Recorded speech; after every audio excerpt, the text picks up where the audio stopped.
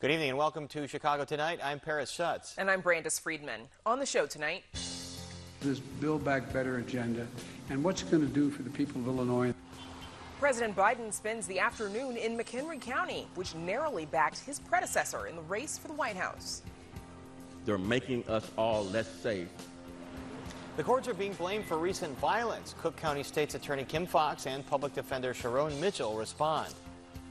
This is a very challenging weekend, historically going back decades.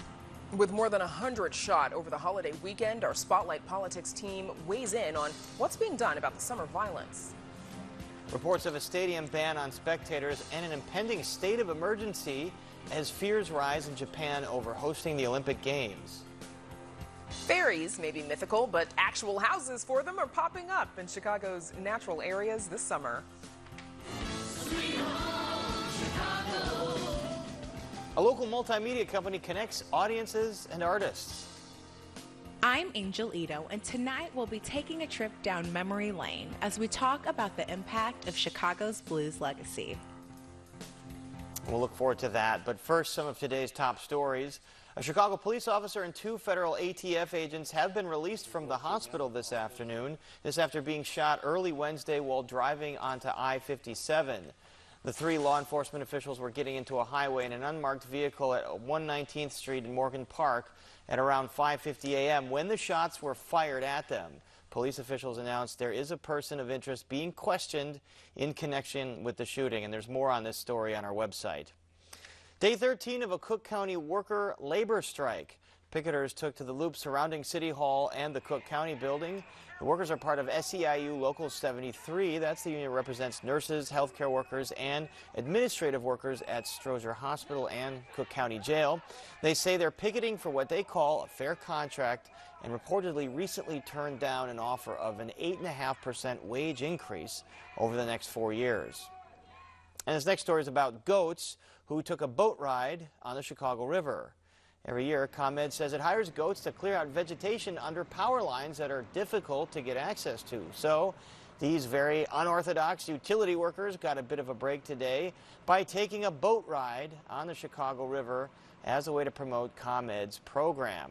According to the company, a herd of around 200 goats are dispatched annually to graze around power lines to clear 13 acres of dense brush.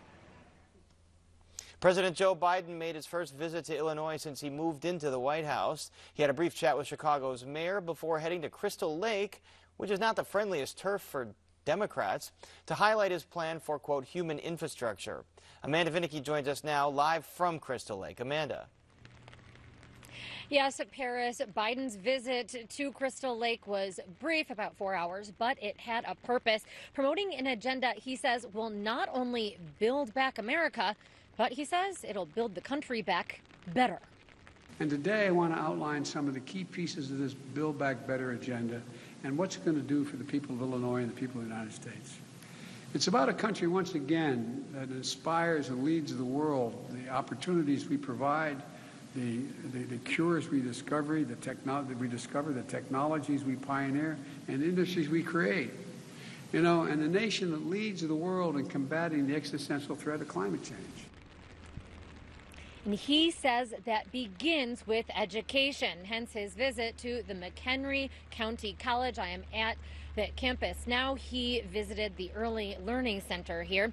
The president wants to expand a tax credit for child care expenses, also give free preschool to all 3- and 4-year-olds, and 2 years of community college free of charge, accessible to anyone. Now, other aspects of the package, putting more money into research and development, also increasing the wages paid to home care workers who look after seniors.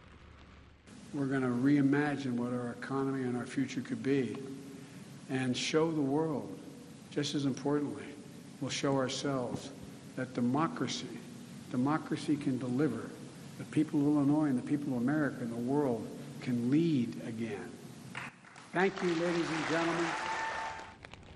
Now, Biden in his remarks did not say anything about gun violence, though Mayor Lori Lightfoot indicated yesterday that she did plan to speak with him about that. Lightfoot, as well as Cook County Board President Tony Preckwinkle, had a brief audience with Biden when Air Force One landed at O'Hare.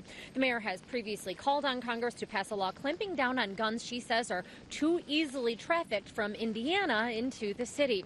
After Biden's remarks, I did ask Illinois Congresswoman Lauren Underwood about that. I have been a long champion of gun violence prevention measures, everything from background checks to banning assault weapons. I am from the school shooting generation, and action on this issue is long overdue, and I look forward to working with this president to get legislation signed into law. McHenry County College and really most of McHenry County are in Underwood's district. And she did have one of the nation's tightest races last year, eking out a win over Jim Oberweis. McHenry is the only collar county that went for Trump over Biden in the presidential contest, though that also was a close one. Now, Underwood describes this area as the intersection between rural and urban America, and she says debates are healthy. It's part of democracy. I think where it gets to be damaging to our democracy is when the radical Republicans further the big lie, right? And so what I saw in some of the protests were people who have just not come to the reality that the election was fair, that the results are in, and that we have a new president of the United States. That's okay. It doesn't mean that we can't welcome those folks in, talk to them about these issues like infrastructure. We heard the president talk about the child tax credit. These folks are going to be receiving their check next week. We want them to know why they got it and how they can use it to support their families. That split, that polarization was on display outside of the college during Biden's visit. Now, the president arrived in Crystal Lake via a helicopter, so surely he missed it. But instead, had he gotten here via motorcade, he would have been greeted by a whole lot of pro-Trump protesters like Karen Theriot, who is chair of the MC Go Pack.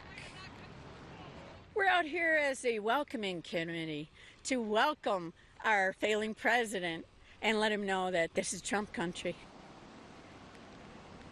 Theriot says that she has reviewed Biden's Putting America to Work and America Families First, Build Back Better plans, and she says that they are unsustainable. There's no such thing, she says, as something that's totally free. Know that you're ruining our country. Your plan is abominable. It's not unsustainable.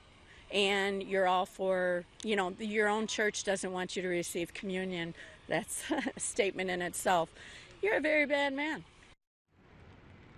Now, Biden did have some fans supporting him here, including Carol Mumgren. She worked in higher education and says that she appreciates that Biden supports colleges, including community colleges like McHenry, which she says defied the odds and during the pandemic actually increased enrollment.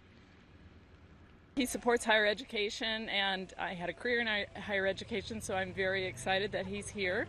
And I'm more just passing out flags. I'm trying not to take sides today, but really just being a proud American to welcome my president to Crystal Lake, Illinois, my hometown.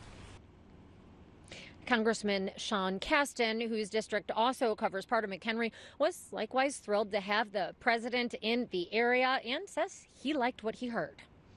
As a policy wonk at heart, I'm delighted that we are continuing to push this proposal that's going to make sure that we recover from this recession in a way that's equitable and helps out everybody, because I think that was the mistake we made in 2008. But that means fixing some of these gaps in child care, making sure that people have access to education. Now, there is a bipartisan deal in Congress on the more classic conception of infrastructure, so things like roads, bridges, and whatnot, but not on what the White House is calling human infrastructure.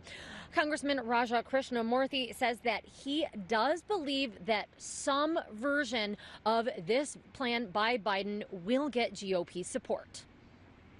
That helps us in the long run. The Chinese are not waiting for us. And other countries are not waiting for us to get upskilled or better educated. The only people who would be applauding if we did not get this done would be our competitors. And so we can't afford for that not to happen.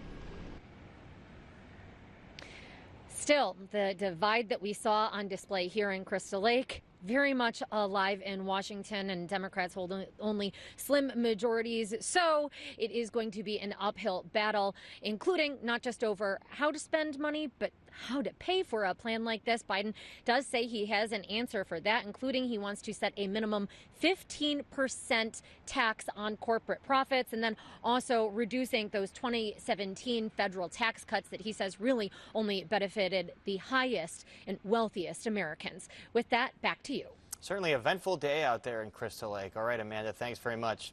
And we'll have more on Biden's visit to Illinois later on in the program in Spotlight Politics. But now to Brandis for a look at what some are saying is causing the spike in violence. Brandis. In Paris, more than 100 people were shot this past holiday weekend in Chicago.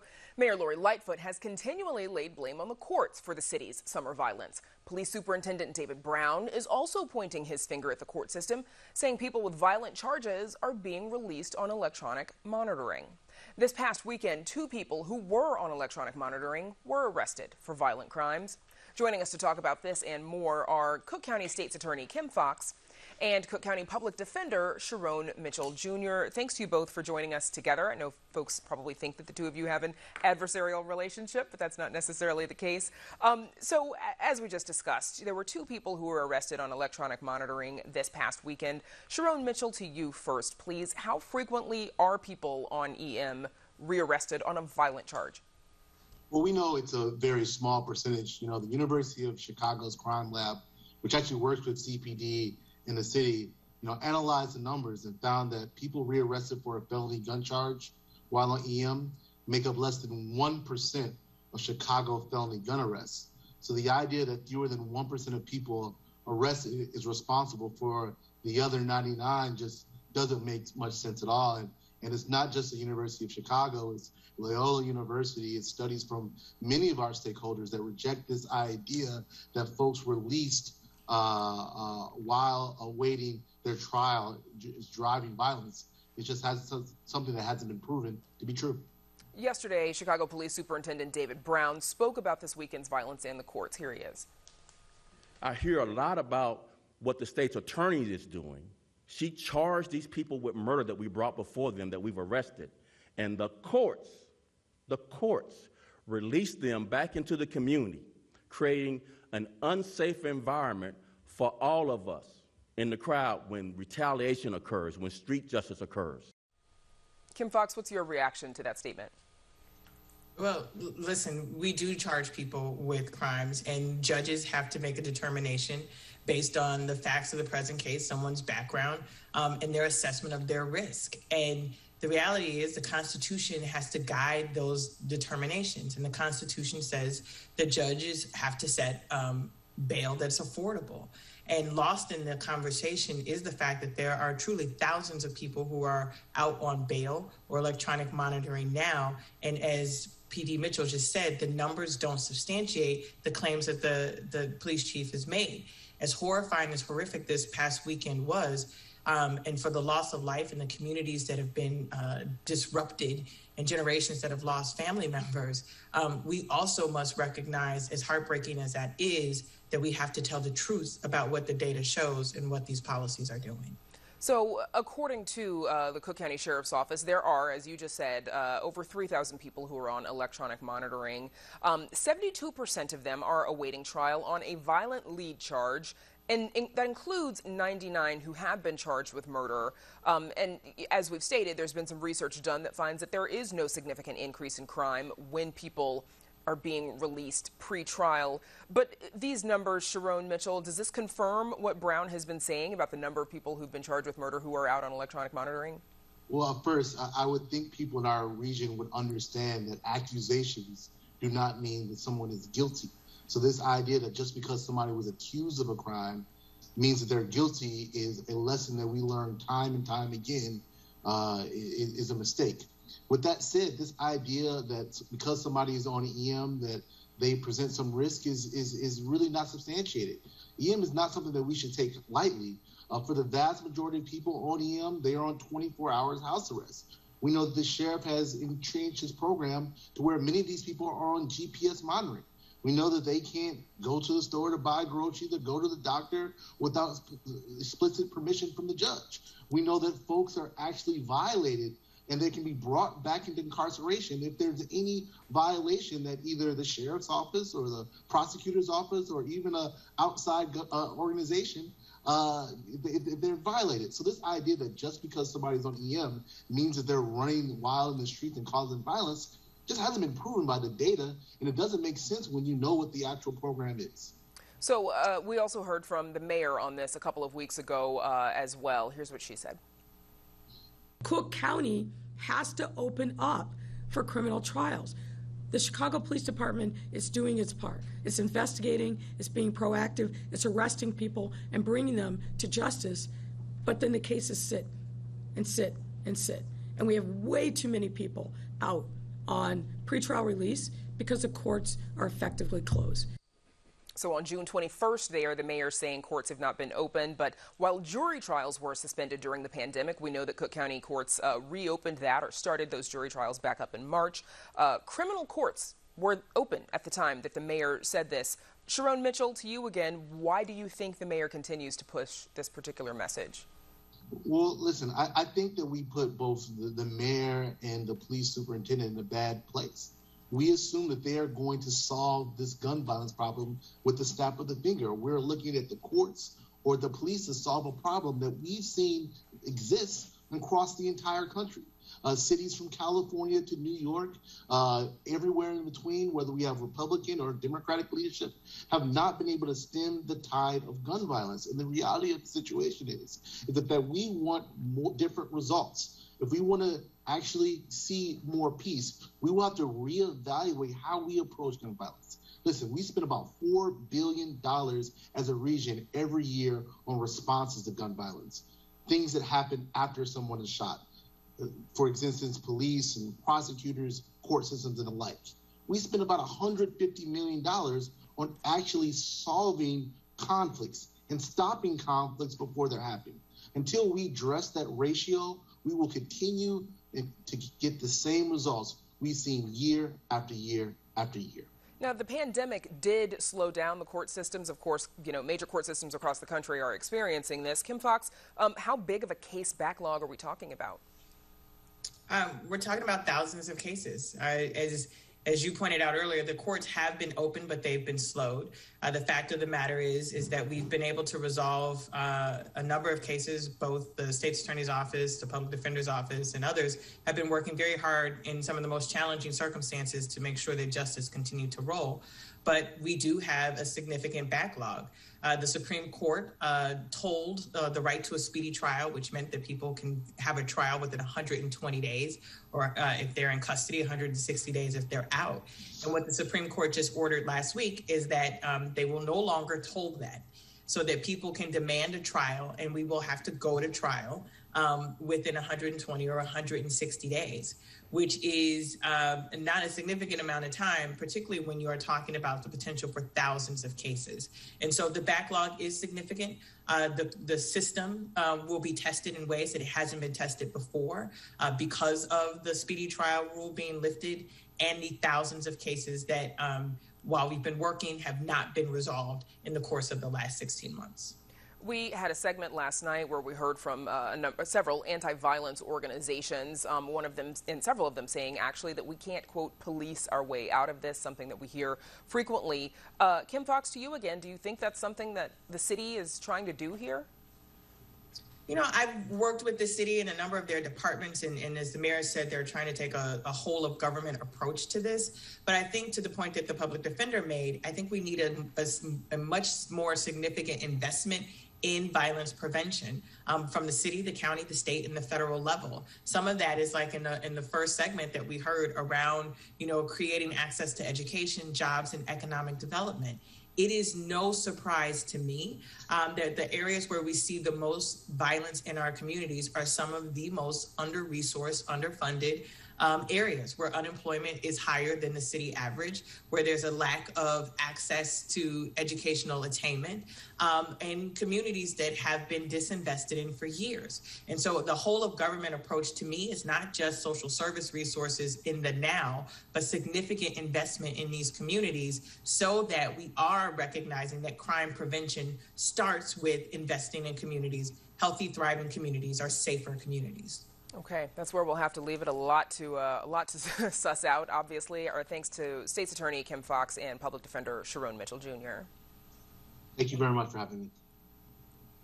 And make sure to tune in to tomorrow's program when we'll sit down with Chief Judge Tim Evans of the Circuit Court of Cook County. And now to Paris for a look at the controversy surrounding the Summer Olympics. Paris. Brandis, it's usually a global celebration, but this year the Olympic Games will take place in Tokyo, Japan, amid a global pandemic. News today that the Japanese government is considering banning all spectators from the Games and declaring a state of emergency in Tokyo to contain rising COVID-19 cases.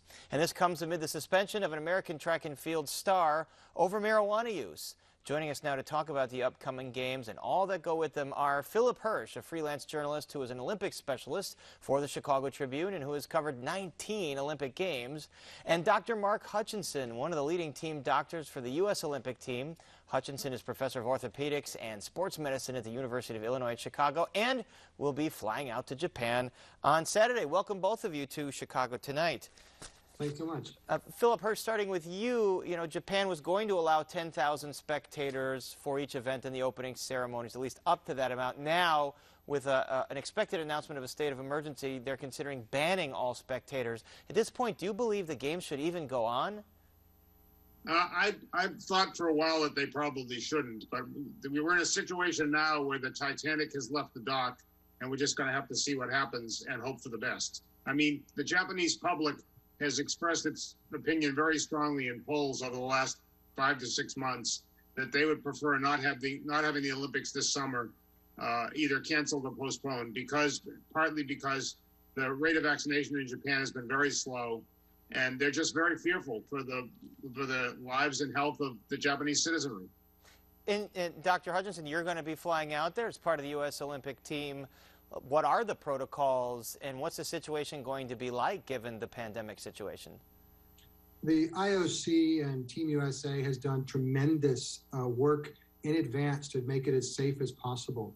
And in fact, every athlete, including any entourage, including myself, has to test 96 hours before travel, 72 hours before travel, on arrival and on daily basis while in Japan. All athletes and coaches and everyone will be in a very restricted bubble with very restricted travel. They will not be interacting with the Japanese people as many Olympic Games have. And so it's very well designed to be as safe as possible Olympic Games. And Philip Hirsch, you said that the Titanic, in your words, has already left the port, so these games are going to go ahead.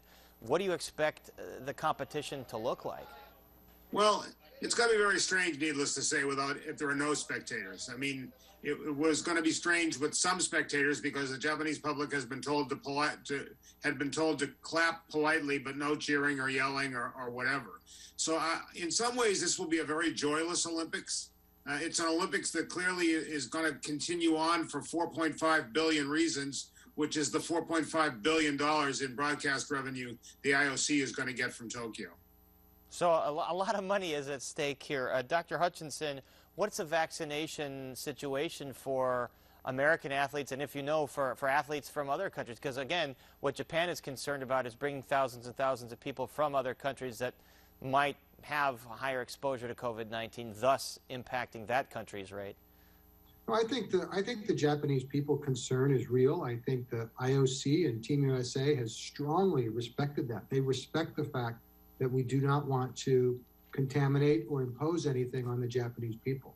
With that said, Team USA is enormously high vaccinated. We've had access to the vaccination for an extended period of time. I believe over 95% of the athletes are vaccinated. In terms of the general population of all athletes, Pfizer introduced or actually allowed any athlete that wanted the vaccination, they were going to make it available to them. So for the Olympic group, there is a significant high vaccination rate, or at least it had it available to them. And, another part of the controversy here in the United States surrounding these games is the track and field star Sha'Carri Richardson qualified for the Olympics, but then because of a finding of marijuana, she has been kicked off the team for the 2021 Olympics. So let's take a look at what President Biden had to say about this case. The rules are the rules, and everybody knows that the rules were going in. Whether they should remain that should remain the rules, a different issue. So the controversy here, Philip Hirsch, is that she took marijuana in a state where it is legal. The anti-doping agency has all but admitted it's not a performance-enhancing drug. Where do you fall here on this debate over whether these should remain the rules? Well, I think President Biden had it just right. I mean, what bothers me is that the outrage being expressed, first of all, they want something ex post facto, rules changed after the fact of her positive test. And secondly, I wish some of the people had read the rules before they became outraged. Do I feel very bad for Sha'Carri Richardson, particularly what has gone on with her mother passing away? Of course I feel bad for her. But I just think that this has become some moment, and I think it's become caught up in a lot of other moments, and I wish there was a little more rational discussion about what happened. And the president said the rules are the rules, but then said he was proud of how she had handled it, and there maybe could be a discussion of whether they should remain the rules. Dr. Hutchinson, as a medical professional, does it make sense to continue cannabis as a banned substance for athletes that want to compete at a high level, like in the Olympic Games? I think it's a great question, and WADA, the World Anti-Drug Association, their main mission is playing safely and playing with nobody getting an added benefit. So it's a fair play foundation.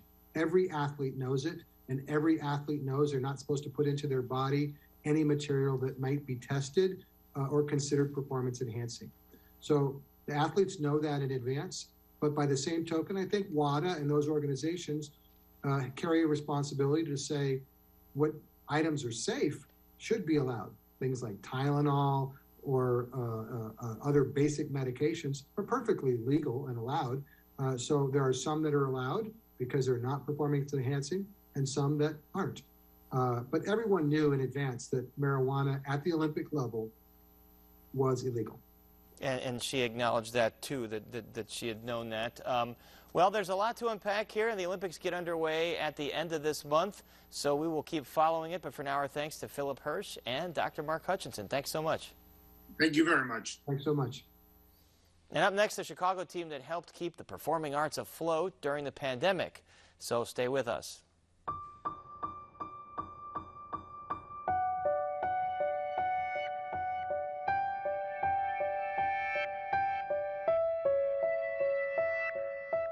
And there's much more ahead on the program, including our Spotlight Politics team weighing in on the city's response to summer's violence. But first, when theaters across the city shut down last year, a local multimedia company took the performing arts from stage to screen. With the help of some celebrated collaborators, they kept audiences in touch with artists. Producer Mark Vitale has the story. They have captured the biggest Broadway and touring shows and local institutions like Giordano Dance. HMS Media was a key player for 30 years before the pandemic hit. Then they adapted.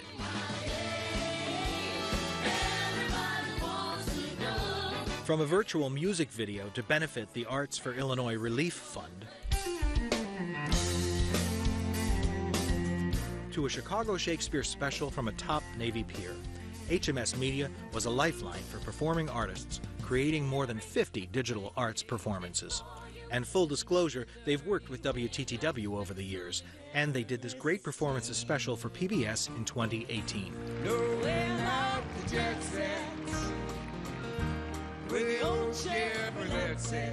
We spoke with the co-founder of HMS about their pandemic pivot. Prior to March of 2020, busy as ever, going all over the country in every kind of theater you can imagine.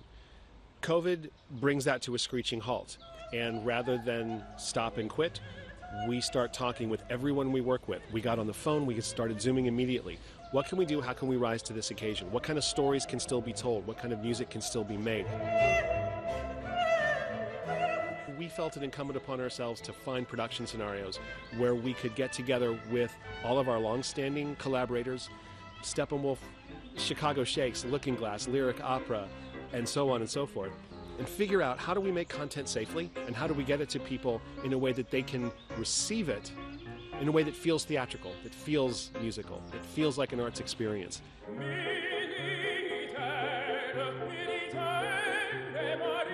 Scott Silberstein believes that streaming and virtual programming are here to stay and will expand the reach of the artists. Not only do I think that a hybrid of stage and screen is the future, our entire industry seems to think that. There's not a single part of the worlds in which we work, Broadway, national tours, Chicago theater, dance, music, improv, that hasn't embraced bringing content both to screens and to stage. Suddenly, we now can look at Chicago theater, dance, music, improv as a place where international audiences will come, and I'm thrilled by that because I don't think it gets better than Chicago for the performing arts. It feels like between COVID and the social and cultural changes that we've experienced, that it's called on every skill set that we've had to hone in the last 30 plus years of doing HMS media. And that was terrifying and thrilling at the exact same moment. And that's usually where some of the best art happens, that wonderful nexus point between abject fear and the thrill that you might create something together that you could never have done by yourself.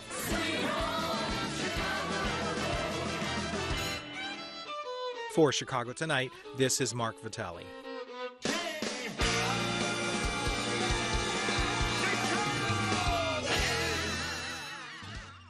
HMS Media is currently working with the Grant Park Music Festival. You can find out more on our website and see the full video for Sweet Home Chicago. You don't want to miss it.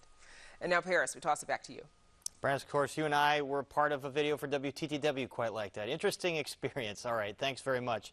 And still to come on Chicago Tonight, our Spotlight Politics team takes a look at why former President Donald Trump is suing Twitter, Facebook, and Google.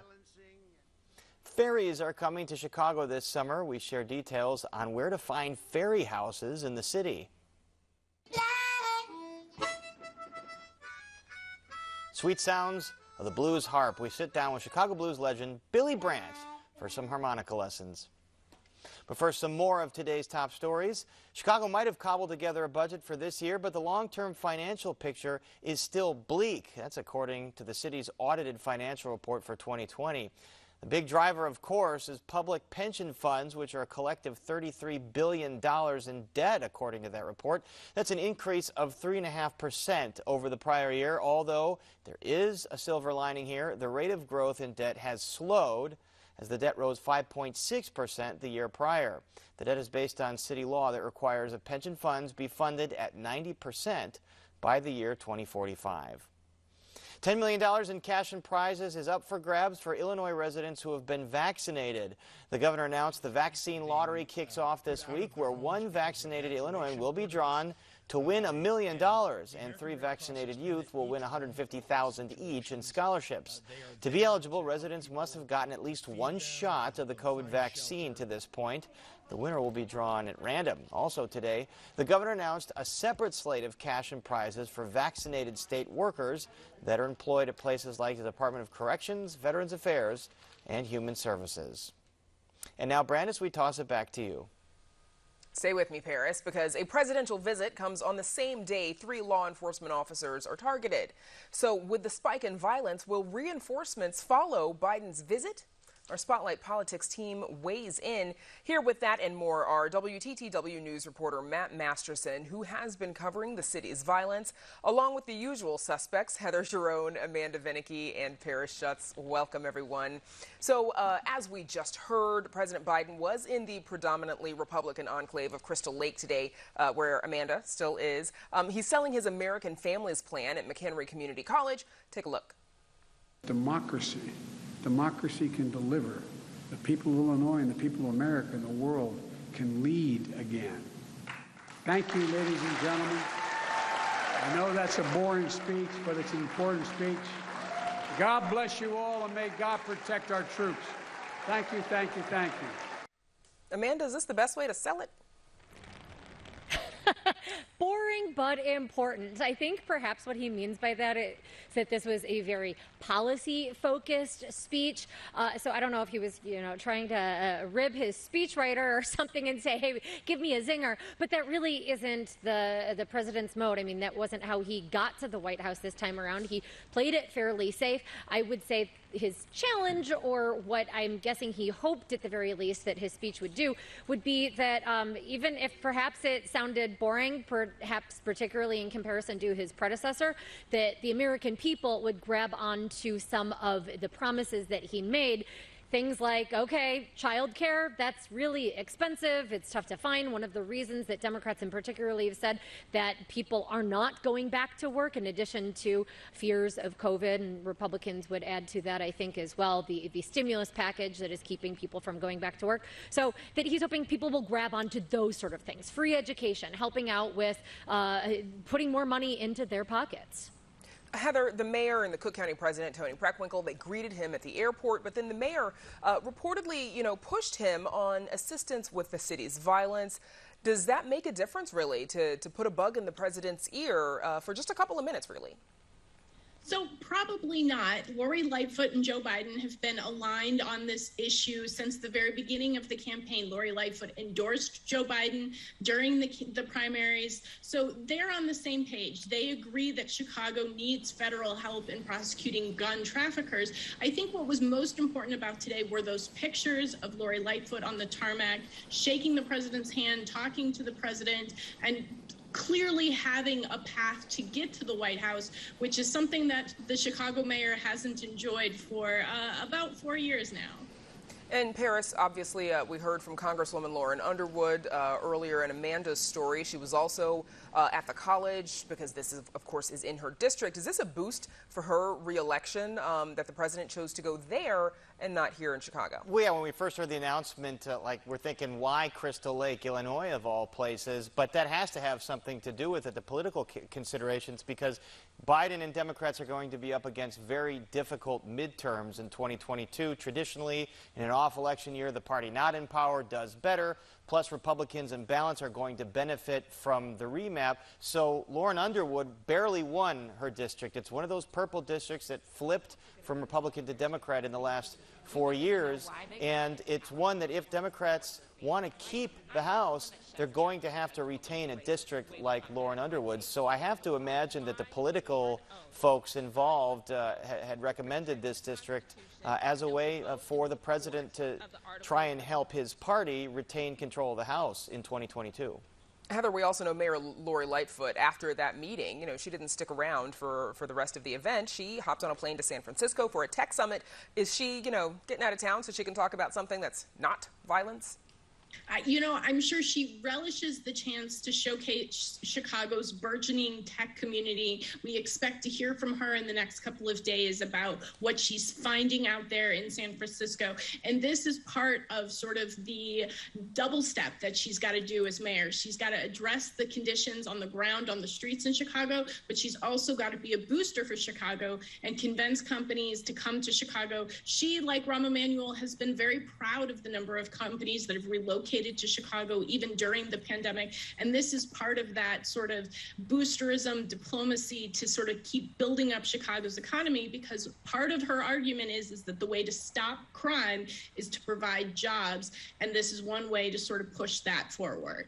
Now, speaking of summer violence, Police Superintendent David Brown held a press conference earlier today about the latest shooting of a Chicago police officer, as well as 2 ATF, alcohol, tobacco, firearms agents. Matt, we know that Superintendent Brown didn't give us a whole lot of details or a lot of information about that shooting, but he did talk about how many officers have been shot or shot at this year. Is he saying it's a spike, it's a trend? What's he saying? It certainly appears to be more of a trend. He's been talking about this on a weekly basis going back since he began his tenure last year.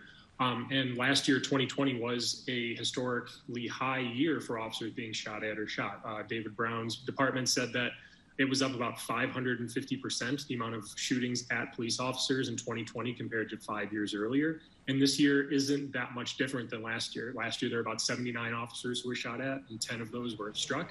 This year, through a little more than halfway of the year, we're at about 36 officers who've been shot at. And I believe after today's shooting, we're at 8 or 9 of them have been shot. So the numbers, again, are on pace to match what was a historically high year. And that also includes another CPD commander and a sergeant who were also shot over the holiday weekend.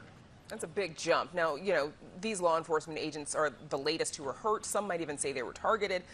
We've talked a lot this week about the 100 people who were shot over the holiday weekend, Matt. How effective is CPD's all hands on deck, whole government strategy? How's that working? City officials were very quick to throw praise at this after the Memorial Day weekend when they launched this all-government approach, because that holiday weekend had a 10-year low in violence. But you'd be hard-pressed to find anyone who's calling it a success after the weekend that we just had, the 4th of July. It was the single most violent weekend of this year and one of the most violent 4th of July weekends that we've had over the last decade.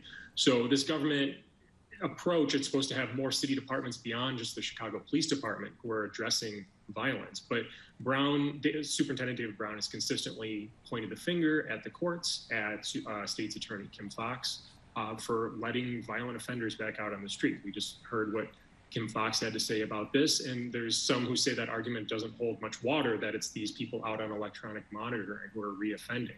But certainly after a weekend where over 100 people are shot, we're going to hear more and more calls that the police department and the city and other departments need to be doing more to address violence. Right. We just heard from State's Attorney Kim Foxx as well as Public Defender Sharon Mitchell. Tomorrow night, as we mentioned, we'll be hearing from Circuit Court Chief Judge Tim Evans. Heather, are these claims legit, false? No, they're not. We heard from Tim Evans, spokesperson, who said that it's really only 16 people who have been charged with murder that have been let out on electronic monitoring, and that a small fraction, literally 1%, have reoffended. So that's not what's driving the surge in crime. And I think that, people are getting frustrated that David Brown has been presented with these figures and he has dismissed them. He has said, look, I don't believe them. And that has really sort of ground the conversation to a halt, because it's difficult to sort of have a policy discussion when one person dismisses the evidence in front of them. And I think that, we saw last Friday, the city council was very frustrated with the superintendent. The question is, does the violence continue to surge this summer in Chicago? And does that imperil Brown's position as Mayor Lightfoot comes under increasing pressure to do something to stop the bloodshed? Now, it wouldn't be a spotlight without talking about a little bit of corruption at City Hall. And since our last spotlight, another alderperson was indicted. This time, 34th Ward Alderman Carrie Austin and her chief of staff. This makes 3 active city council members who are under indictment. Heather, what is the latest? Well, Carrie Austin has not resigned. She has no plans to resign. She was participating in a finance committee meeting today. She is charged with taking kickbacks, essentially, from a developer in her ward, and including in those kickbacks were granite countertops, a fancy sump pump, and some nice bathroom tiles. So you can't script this, but it is another black eye, and I've yet to get a response from the mayor about whether she will ask Carrie Austin to step down as chairman of the city council's contracting oversight and equity committee when Ed Burke was charged with a crime back in 2019. He was forced by former Mayor Rahm Emanuel to step down as chairman of the finance committee. We'll see what the mayor does in this case. So, former President Donald Trump suing Facebook, Twitter, and Google, claiming that he's been wrongfully censored. Take a look. We're demanding an end to the shadow banning, a stop to the silencing, and a stop to the blacklisting, banishing, and canceling that you know so well. Our case will prove this censorship is unlawful, it's unconstitutional, and it's completely un-American. Paris, does he have a case? No, I don't think there's any legal expert that says there's a case. In fact, if a court were somehow to rule that Facebook or Twitter couldn't do what they did in enacting that ban, it would probably violate those companies' First Amendment rights to institute their own rules of engagement and then have folks abide by them. So it's important to look at this. The former president has a history throughout his career of countersuing and suing. A fundraising pitch went out right after this lawsuit was filed. So it's more of a public relations strategy, a marketing strategy, to get some more money into the coffers, to stoke the base, to keep his name in the news on a hot-button issue as he debates about what he does in 2024. And Amanda, is this a distraction? Wouldn't you love to see him? Oh, sorry. I was just going to say, wouldn't you love to see him give a deposition in that case? Yeah, I mean, discovery might reveal a whole lot of things, so it's like, be careful what you wish for. Well, I mean, to that end, Amanda, is this a distraction from, the Trump organization's, actual legal woes? There were, his CFO, Alan Weisselberg, was indicted last week. We might be hearing from the president, but Amanda, is this a distraction? It might be a distraction. I, again, spoke with a lot of supporters of President Trump just today here in Crystal Lake who very much believe that the election was stolen from him. They were carrying Trump 2024 flags. So among his supporters, I'm not sure that anybody will be particularly swayed, is leaving the Trump train because of the lawsuit that is facing him on the business side of things. So if it's meant to be a distraction, I'm not sure how well that would work. Again, maybe more of a fundraising ploy, particularly as he does face these issues on the business side of things and legal ramifications that could hurt him financially. So, Heather, Chicago's pension debt rose by over $1 billion last year. Now Chicago owes almost $33 billion to its 4 employee pension funds. What does this mean? Well, it means that Chicago is going to have to dig very deep for the next couple of years. This is all happening because the city is now having to comply with a state law that sort of puts these pension plans on a schedule to get to a better funded level to ensure that they can pay pensions to employees as they retire. The hard truth is that this was expected. I spoke with finance officials who said, yep, this was what we expected. This is what it's going to cost. But it's one of the reasons that the city is facing such a steep bad financial situation, which has really only been alleviated a little bit by the federal aid coming from the government for the COVID-19 pandemic. Mayor Lightfoot has said repeatedly that she wants changes to how pensions are paid, but that's not likely to happen anytime soon. So the city is just going to have to meet these bills, and that could potentially mean more tax hikes and a potential reduction in services. It's a zero-sum game. You either raise revenue, cut spending, or borrow money, and the city has really borrowed as much money as it can at this point, so its options are limited. Okay, we'll have to leave it there. Thanks to the Spotlight Politics team, Matt Masterson, Heather Sharon, Amanda Vinicki, and Paris Schutz. Up next, how the Chicago Park District is celebrating 20 years of natural areas. But first, a look at the weather.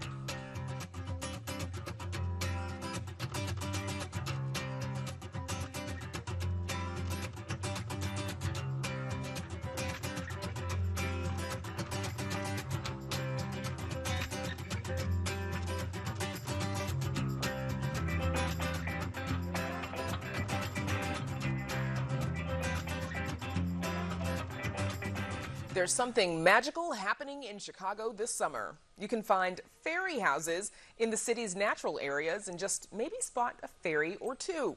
WTTW News reporter Patty Wetley joins us now with more. Patty, this one looks like fun. So what are fairy houses and why are they being seen across the city this summer? Well, they're these magical little wooden structures for magical, mythical creatures, and you will find them in 20 of the Chicago Park District's natural areas, celebrating the 20th anniversary of these areas, which, for people who might not be familiar with them, these are like pockets of savanna or prairie or wetlands, typically within a more traditional park, or sometimes they're the entire space, but it's these special places in Chicago, and they're being celebrated with these special fairy houses. So why fairy houses? Why go with fairy houses? And who built them? Actual fairies, obviously.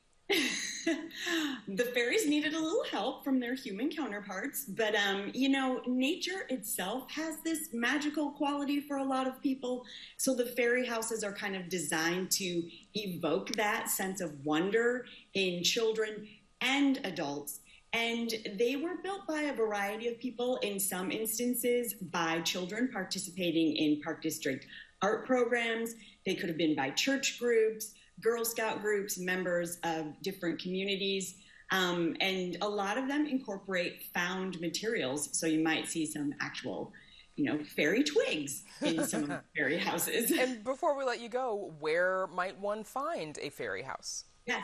Well, the Park District has a fantastic map that they've put together, but they're spread all over the city, from West Ridge to Ping Tom Park to Big Marsh on the far south side, South Shore, all over, highly Instagrammable, social media friendly. So get out there and go searching for them, post them, share them, go find the fairies and do something fun this summer. Okay, Patty Wetley, Finder of Fairy Houses. Thank you so much for joining us as always. Thanks, Brandes. And you can read Patty's full story on our website, where we share additional details about the city's more than 90 natural areas. That's all at WTTW.com/news. And now, Paris, back to you. Brandes, thank you. And Chicago's music scene is slowly reopening. One local artist is wasting no time getting back on the stage. Arts correspondent Angel Ito introduces us to Chicago blues legend Billy Branch and shares some of his life highlights ahead of one of Branch's first live performances since the pandemic.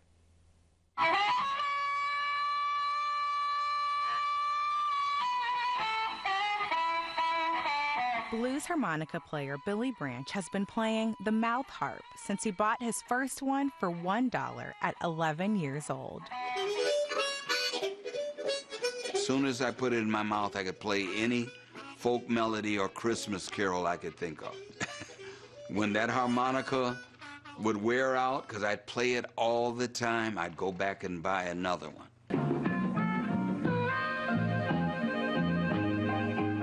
This natural skill quickly turned into a passion.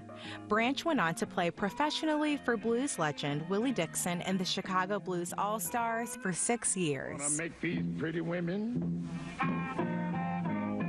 jump and shout. It was after playing at the Berlin Jazz Festival in 1977 with Dixon and several others that Branch's own group, Billy Branch and the Sons of Blues, was born.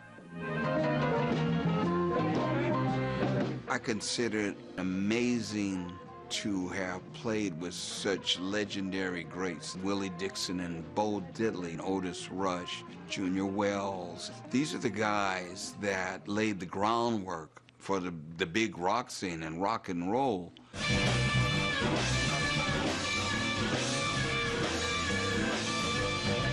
Branch continued his commitment to the music genre by starting his International Blues in Schools initiative in 1978 that is still active today. I've always seen part of my role as a professional musician is kind of sow the seeds. Because when I discovered the blues, the beauty of it, the depth of it, I felt like everyone should know about this. But despite his national outreach, Branch says there's more work to be done.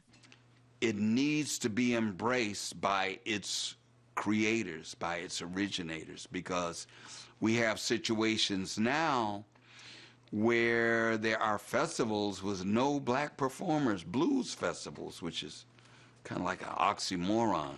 What more do you think that the city could be doing to acknowledge and honor, the impact that blues has had on the city? The city as a whole should even more fiercely embrace the blues. In a perfect world, I would like to see people like Common and Chance, who are right here in Chicago, direct some of their energies and attention to the blues and make it relevant the 21st century. Branch has received a number of accolades acknowledging his work as both an activist and musician. Last year, he was inducted into the 2020 Blues Hall of Fame,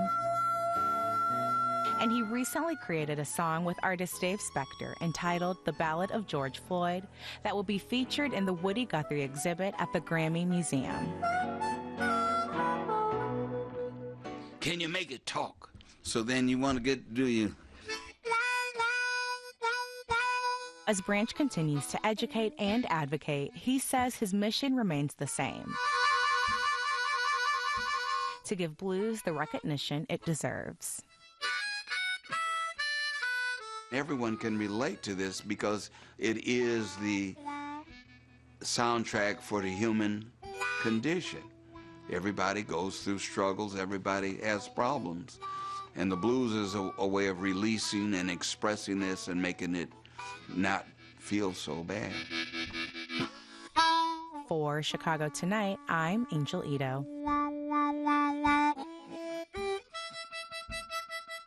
Billy Branch has played a few in-person shows since the city reopened, including at Rose's Lounge.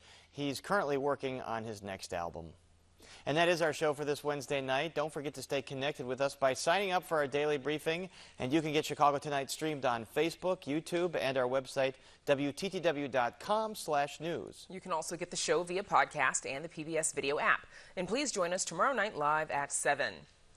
In light of the holiday weekend violence, Chief Judge Tim Evans addresses questions on whether bail reform leads to an increase in crime. And how a woodworker is cutting up the furniture industry. And we leave you tonight with some of the HMS Media's adaptation of Sweet Home Chicago. And now for all of us here at Chicago Tonight, I'm Paris Schutz. And I'm Brandis Friedman. Thank you for watching. Stay healthy and safe, and have a good night.